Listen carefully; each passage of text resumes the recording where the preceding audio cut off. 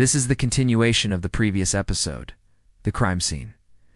Morning crept into the small-town morgue, cold and heavy with silence. The metallic hum of the air vents filled the room as Dr. Adrian Voss prepared his tools. The light above the autopsy table flickered once before settling into a harsh, sterile glow. The light above the autopsy table flickered once before settling into a harsh, sterile glow.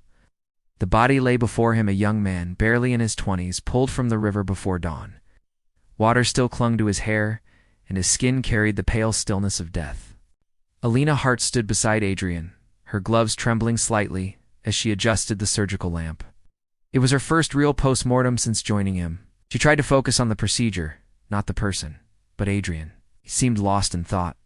He moved with practiced precision. Every incision measured, every gesture calm. To calm was something almost reverent in the way he handled the dead.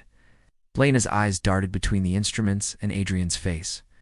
He didn't speak much, only scribbled quiet notes as he worked.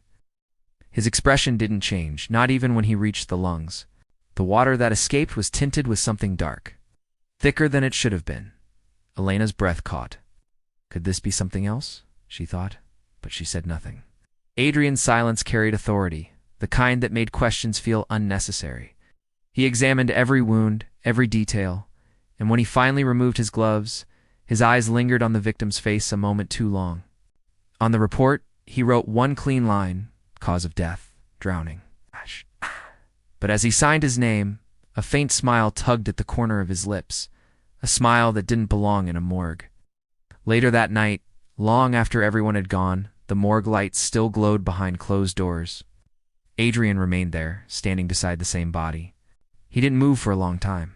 Then quietly he leaned closer. The cold air seemed to hold its breath. Rest now, he whispered, almost gently.